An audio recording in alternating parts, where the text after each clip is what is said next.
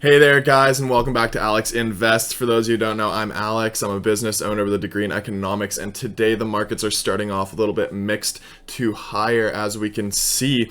But the Canadian stock market is also closed today because of Boxing Day. But I do today want to talk to you guys about a Canadian stock, which is Mountain Valley MD. Now, I made a video on this just last week for the first time, and that is actually when I did first pick up shares as well, just the day before I posted that video. So you can go check that out right up here. But this is one that I was looking at already before it had that massive spike up, and I actually didn't end up investing until my last video, or the day before that last video, and I did miss out on quite a few gains there. But I am glad that I picked some shares up after that public share offering, which they did make at a pretty perfect time while their stock price was very high. But of course, I do see the stock price going much higher from here. Now, we have seen a bit of a rally again since that share offering, but only one day so far, because since then the markets have been closed, and today of course the Canadian stock market is closed again,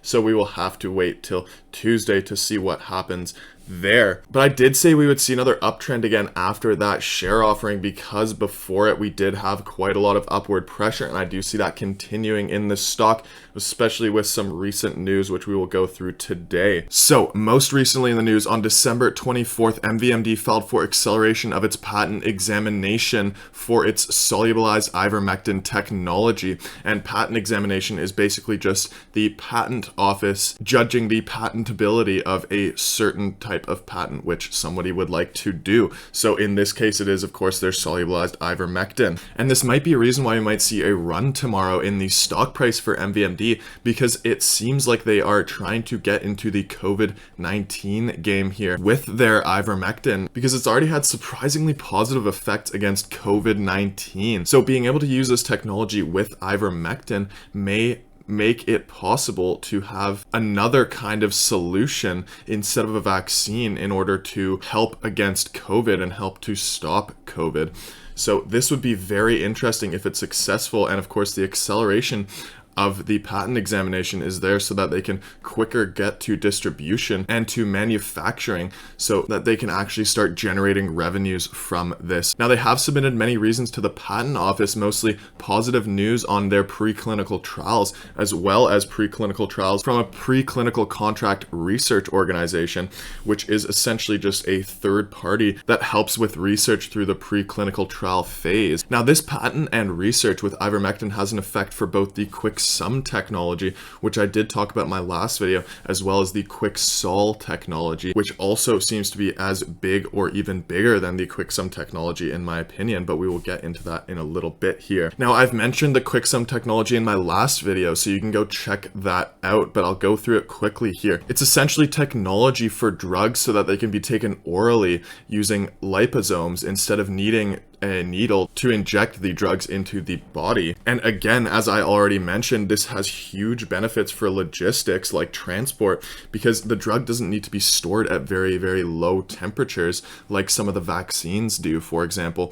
Now, the Quicksome technology has already been successful in preclinical trials with ivermectin. This was a report that came out a while back, so that is great for this, because we're just one step closer here, right, to having this distributed with both the Quicksome and the Quicksol technology. Now, their Quicksol technology was also in the news recently. On December 10th, it was announced that mvmd's last preclinical trial on their ivermectin solubilization technology had an 800% increase in ivermectin absorption when taken with a needle, but also a 500% increase in ivermectin solubilization when taken with their Quicksome technology, right? That's that oral strip. Now, essentially what it means to have an 800% increase in solubility of ivermectin is that you only need 1/8 of the drug in order to have the same effect as you would usually have using the whole amount.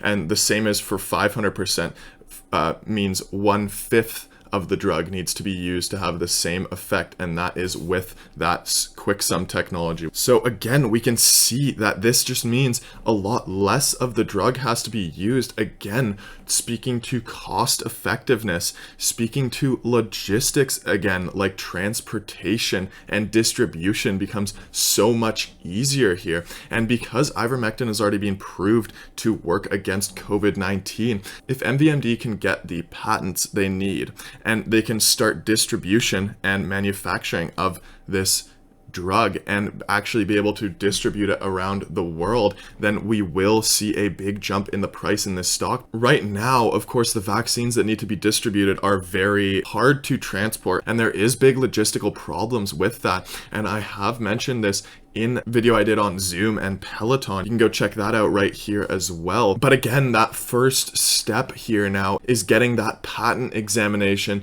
so that they can move on, because MVMD as a smaller company still needs to have these patents, because otherwise bigger companies will quickly snatch up this technology and use it for themselves, leaving MVMD basically fighting for a chance to survive here with their own technology. And this is actually one of the problems I see with MVMD, because they do need so many patents. They have over $5 million right now in patents, and they have quite a few more coming, and they do need these because, like I said, otherwise the technology will be snatched up by bigger companies. And now patents do expire eventually too, so the quicker and quicker they get this done, the quicker they can use this patent and their other patents as well to start to establish themselves as a bigger brand and start to establish that market share as well. Because that's really what a patent is for, you know.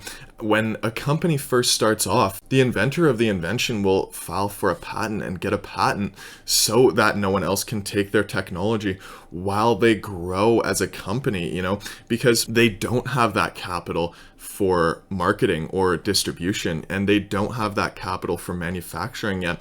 So having a patent means that you're the first adopter, the early adopter, and the only adopter for a while. And through that, you can then gain that market share that you need and become established in the market and the industry as sort of that industry leader, and to establish brand recognition as well. And once you have all of that, you no longer really need a patent because you're already established in that market. So that is what MVMD is currently trying to do with their patents. You know, they're not trying to have their patents forever so that no one else can use this technology. They're basically just trying to become the industry leaders in the field before anyone else can adopt this technology. So if they can get this patent going quick now, then they can start logistics like distribution, manufacturing, and transportation. And with that, they can really start generating revenues from this ivermectin solubilization technology. So now I just wanted to get back to their Quicksol technology for a second, because I do see a very big market here for this one.